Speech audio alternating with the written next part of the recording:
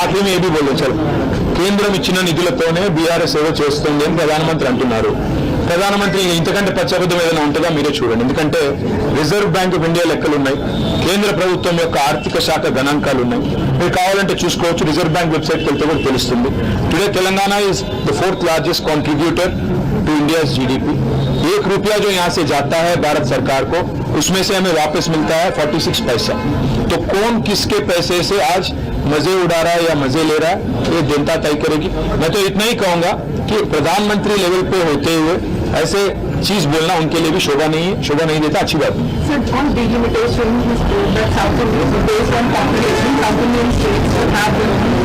Generally courteous to our guests, but unfortunately, this is an unwanted, unwelcomed guest in Telangana by the people. He does nothing for Telangana in the last 9 years. Has not sanctioned a single medical college. Has not sanctioned a single nursing college. Is not given as a single educational institution. He does not approve of our irrigation projects. It does not confer a national project status on our irrigation projects.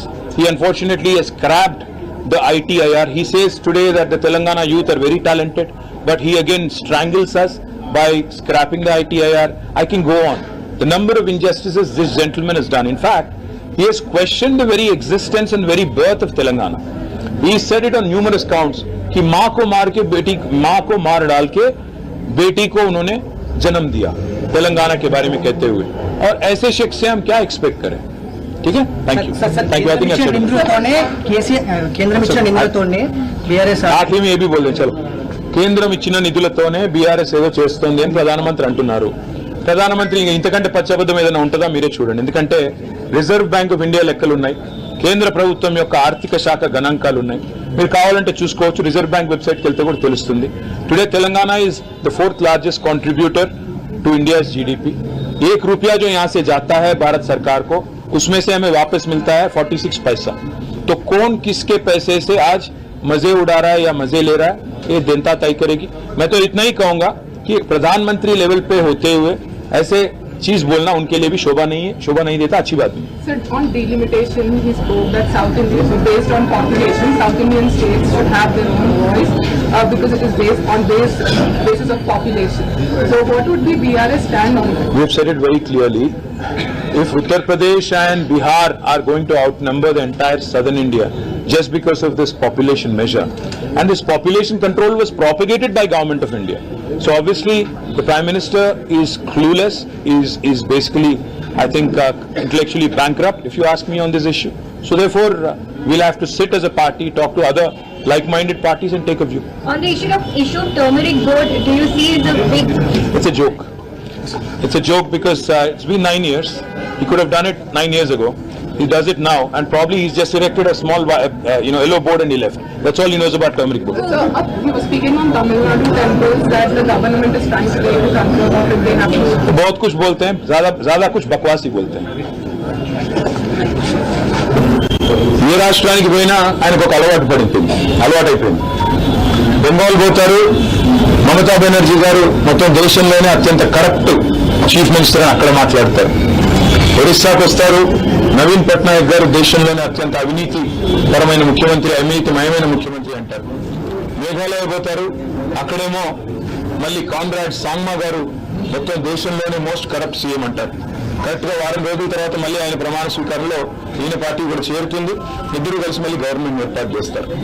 ఎంత పచ్చి అబద్ధాలు ఈ ప్రధానమంత్రి మాట్లాడేది అంటే, కర్ణాటకలో కాంగ్రెస్ కు BRS డబ్బులు ఇచ్చింది అంటాడు ఈ ప్రధానమంత్రి. అసలు నిజంగా కూడా ఈ రాష్ట్రంలో 4 ఏళ్ళ 5 ఏళ్ల వయసున్న చిన్నపిల్లలు కూడా నమ్మని పచ్చి అబద్ధాన్ని చెప్పి వాళ్ళ ప్రజల్ని గందరగోళపరిచే ప్రయత్నం ఏదైతే ప్రధానమంత్రి స్థాయిలో ఉన్న వ్యక్తి చేస్తా ఉన్నారు, ఇది బాధాకరం, ఇది శోచనీయం, ఖండనీయం. నెంబర్ 1. రెండోది, ఇంకా ఆశ్చర్యం అనిపించేది, ఏదో రాజులు యువరాజులు అంటూ ఏదేదో మాట్లాడారు ప్రధానమంత్రి గారు. This prime minister unfortunately suffers from selective amnesia. అంటే ఆయనతో ఉంటే మంచివాళ్ళు, ఆయనతో ఉంటేనేమో అన్ని కన్వీనియంట్ గా మర్చిపోతారు. ప్రకాష్ సింగ్ బాదల్ గారు, సుఖ్బీర్ సింగ్ బాదల్ గారు, ప్రకాష్ సింగ్ బాదల్ గారు చీఫ్ మినిస్టర్ గా, ఆయన కొడుకు సుఖ్బీర్ సింగ్ బాదల్ గారు డిప్యూటీ చీఫ్ మినిస్టర్ గా ఉన్నప్పుడు ఎన్డీఏలో ఉండవచ్చు, అప్పుడు రాజులు యువరాజులు గుర్తురారు. మహబూబా ముఫ్తీ గారితో పొత్తు పెట్టుకున్నప్పుడు ముఫ్తీ మహమ్మద్ సయీద్ గారి కూతురు మహబూబా ముఫ్తీ గారి టీడీపీ పార్టీతో పొత్తు పెట్టుకుని ఇండియాలో ఉన్నప్పుడు అప్పుడు గుర్తురాదు, రాజులు యువరాణులు గుర్తురాదు.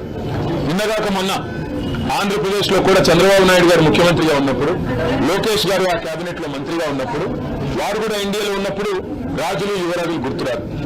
బాల్ ఠాక్రే గారి కొడుకు ఉద్ధవ్ ఠాక్రే గారితో శివసేన అంటగాగినప్పుడు బీజేపీ ఎన్డీఏలో అప్పుడు గుర్తురారు వారసత్వము, రాజులు యువరాజు. అంత దూరం ఎందుకు? నిన్నగాక మొన్న కదా జనతాదళ్ సెక్యులర్ దేవగౌడ గారి అబ్బాయి కుమారస్వామి గారు నిన్నగాక మొన్న ఎన్డీఏలో చేరారు. మరి రాజులు యువరాజులు ప్రజాస్వామ్యం గారి గుడ్డు ఇవన్నీ గుర్తురావు అప్పుడు. అంటే మీకు సంబంధించినంత వరకు మీకు పనికొచ్చే టైంలోనేమో ఒకలాగా, మీకు పనికి రాకపోతే ఇంకోలాగా ఇట్లా మాట్లాడడం ఎంతవరకు సమంజసం ప్రధానమంత్రి ఆలోచించుకోవాలా. కానీ పచ్చి అబద్ధాలకు that is the reason why this party BJP is called the biggest జూట్ factory of India. The biggest Jumla factory and jute factory of India is Bharatiya Janata Party, and the chancellor of this university, the WhatsApp university which propagates all this nonsense, is Prime Minister Narendra Modi himself. What I found amusing are the white lies of Honorable Prime Minister, clearly fabricated, and I think you should start writing scripts for movies. He'll make a great storyteller and a great story writer. తప్పకుండా మంచి మంచి స్టోరీలు రాయొచ్చు ప్రధానమంత్రి గారు. Oscar award కూడా వస్తుంది ఆయన యాక్టింగ్ కి, ఆయన స్క్రిప్ట్ రైటింగ్ స్కిల్స్ కి. డెఫినెట్ గా ప్రయత్నం చేస్తే మంచిది. This prime minister is so inconsistent. He says on the one hand BRS has funded Congress in Karnataka, and he says that he has not allowed us into NDA. हमें कोई पागल कुत्ता ने काटा है क्या कि एनडीए में हम जाके शामिल हो जाए?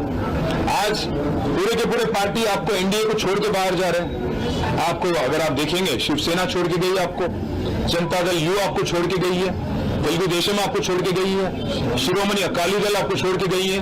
साथ है कौन आपके? सीबीआई, ईडी, आईटी, इनके अलावा है कौन आपके एनडीए में? आज प्राइम मिनिस्टर ये मानते हैं अपने आप को कि वो बहुत क्लीन आदमी है और बाकी पूरा दुनिया करप्ट है. प्राइम मिनिस्टर को मैं याद दिलाना चाहता हूं, क्या हो गया हेमंत बिस्वा शर्मा पे जो केस था, आपके पार्टी में शामिल हो गए, केस गायब. हमारे यहाँ के जो एमपी है सीएम रमेश और सुजना चौधरी, उन पे आरोप लगाए, केस भी लगाए, ईडी, सीबीआई, आईटी. क्या हो गया केसों का? नारायण राणे पे केस क्या हो गया? ज्योतिरादित्य पे, सिंधिया पे जो केस थे आपके साथ शामिल होने के बाद क्या हो गया? और आप जब बात करते हो प्राइम मिनिस्टर साहब कि फैमिली पॉलिटिक्स, डायनेस्टी, मैं आपसे पूछना चाहता हूं, है कौन अनुराग ठाकुर?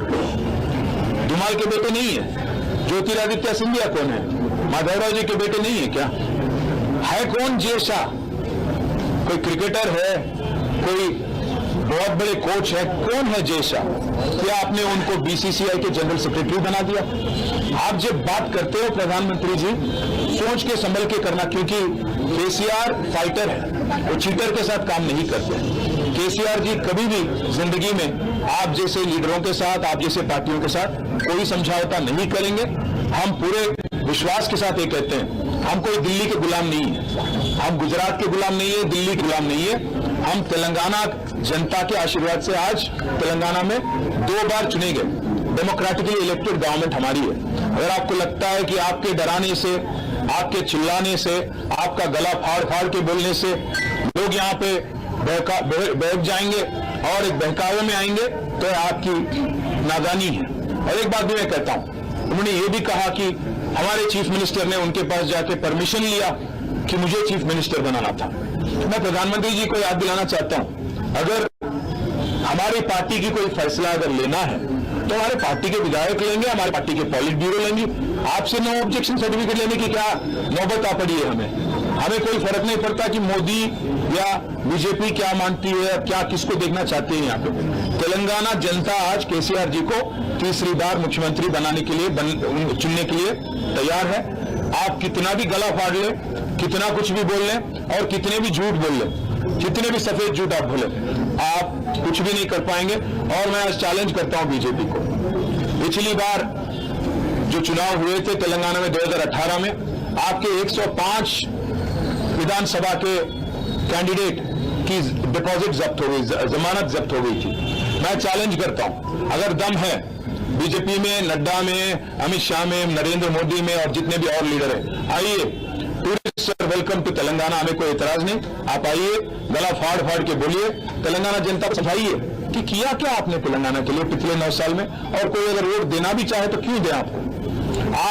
मैं चैलेंज करता हूं, पिछली बार 105 सीटों में आपकी जमानत जब्त हो गई थी, इस बार 110 सीटों में आपकी जमानत जब्त हो जाएगी, और इस बार आपको एक भी एमपी आपको तेलंगाना से नहीं मिलेगा, क्योंकि आप इतने झूठ बोल चुके हो, इतने कारनामे कर चुके हो। और सबसे अहम बात ये पूछना चाहता हूं प्राइम मिनिस्टर, आप ये मानते हो अपने आप को कि आप बहुत ही साफ इंसान हो, बहुत ही करप्ट, क्या बोलते हैं उनको, क्लीन इंसान हो, तो आप क्यों मुखर गए? जेपीसी अदानी के मामले में जेपीसी से क्यों डरते हो? अदानी के मामले में एक बार भी प्रेस के आगे आके क्यों नहीं बोलते हो?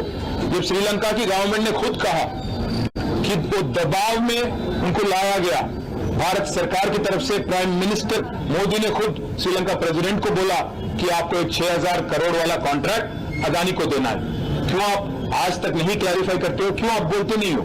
हर किसी को डरा के धमका के जो काम चलाने की तरीका आपने सीखा है, मैं प्रधानमंत्री जी आपसे कहता हूं ये तेलंगाना में ना चलेगी। आपकी जितने भी यहाँ पे साजिशें हैं, आपकी जितने भी यहाँ पे कोशिशें हैं, सारे के सारे नाकाम रहेंगे। और మీరు ఎన్ని ప్రయత్నాలు చేసినా, ఎన్ని పిచ్చి మాటలు మాట్లాడినా తెలంగాణ ప్రజలకు స్పష్టంగా తెలుసు, మీరు ఈ 9 ఏళ్లలో తెలంగాణకు చేసిందేమీ లేదు, మీరు ఇచ్చింది గుండు సున్నా, కాబట్టి మీకు వచ్చేది కూడా గుండు సున్నానే। ఎన్ని అబద్ధాలు చెప్పినా, ఎన్ని పిచ్చి ప్రేలాపనలు పేలినా కేసీఆర్ గారు ఒక ఫైటర్, ఆయన చీటర్స్ తో ఎన్నడూ చేతులు కలపడు। ఎన్డీఏతో చేరాల్సిన కర్మ మాకు లేదు, అది మునిగిపోయే నావా, అన్ని వదిలిపెట్టి పారిపోతా ఉన్నారు। దాన్ని తెలుగుదేశం వదిలేసింది, అదేవిధంగా శిరోమణి అకాలీదళ్ వదిలేసింది, జేడీయూ వదిలేసింది, శివసేన వదిలేసింది। అయినా ఎన్డీఏలో ఉన్నదెవరు? సిబిఐ, ఈడీ, ఐటీ, ఇవి తప్ప ఎన్డీఏలో పార్ట్నర్స్ ఎవరు ఉన్నారు అసలు? కాబట్టి ప్రధానమంత్రి గారు మునిగిపోయే నావోడు ఎక్కడు। రెండోది, ఎన్డీఏలో చేరడానికి మాకేం పిచ్చి కుక్క జరగలేదు, కాబట్టి మీరు ఎన్ని అబద్ధాలు చెప్పినా, మీరు ఎన్ని పిచ్చి ప్రేలాపనలు వెళ్ళినా, ఎందుకంటే ఇవాళ మీరు మాట్లాడిన మాటల్లోనే మీ ఫ్రస్ట్రేషన్ తెలుస్తుంది। రాహుల్ గాంధీ వచ్చేమో మేము బీజేపీకి బీటీమంటాడు, ఈయన వచ్చేమో మేము కర్ణాటకలో కాంగ్రెస్ కు పైసలు పంపినమంటాడు। మేము కర్ణాటకలో కాంగ్రెస్ పైసలు పంపుతుంటే మరి మీ ఐటీ టీం ఏం చేస్తుంది? మీ ఐటీ ఇన్కమ్ ట్యాక్స్ ఏం చేస్తున్నారు? మేము ఇదివరకే చెప్పినాం, మళ్ళీ చెప్తున్నాం, మీరు ఈ పిచ్చి మాటలతో, ఊకలంపుడు ఉపన్యాసాలతో, ఉడత ఊపులతో ఎవరో బెదిరిపోతారనుకుంటే, ఆత్మాభిమానం గల తెలంగాణ బిడ్డలం, ఢిల్లీ గులాంలం కాదు, గుజరాత్ బానిసలం కాదు, ఖచ్చితంగా కొట్లాడతాం, చివరిదాకా మీతో కొట్లాడతాం, చివరిదాకా నిలబడి తలబడతాం, 100% మిమ్మల్ని ప్రజాక్షేత్రంలోనే మీ సంగతి ఏందో తెలుసుకుంటాం। सर, चुनाव से ठीक कर लेंगे, बैक टू बैक विजिट हुआ और उसमें जो डेवलपमेंट से रिलेटेड उसको आप कैसे देखते बात है, सिंपल बात है। एक बात कहते हैं कि प्रधानमंत्री जो है जुमले के लिए बहुत पॉपुलर है, कई सारे वो ख्वाब दिखाते रहते हैं लोगों को। बताया था उन्होंने कि 2022 तक हर किसी को घर मिलेगा, 2022 तक हर एक घर में जल दे देंगे, पीने की पानी देंगे। 2022 तक उन्होंने ये भी कहा था कि 5 ट्रिलियन इकोनॉमी हो जाएगी। 2022 तक उन्होंने ये वादा भी किया था कि किसानों की आमदनी डबल हो जाएगी, farmer income will be double. 2022 तक उन्होंने ये भी कहा था कि 5 ट्रिलियन इकोनॉमी बनेगी। मैं हमारे देशवासियों से, हमारे भाइयों से, बहनों से पूछना चाहता हूं, क्या इन 5 चीजों में जो प्रधानमंत्री ने आपसे वादा किया था, कोई एक भी आज तक सच निकला? तो ये प्रधानमंत्री जो है सबसे बड़े एक झूठ के कैंपेनर है, जुमले के कैंपेनर है। आज जो कर रहे हैं यहाँ पे, उसको भी हम वैसे ही देखेंगे। Sir, not meeting Prime Minister, not following the protocol is one big issue that he has said. What is the big issue? See, the Prime Minister can stoop so low that he can himself campaign white lies. Why should we even meet this man? He is actually lowered the stature of that position. Unfortunately, a person in his position, I mean, come on, he is 70 plus.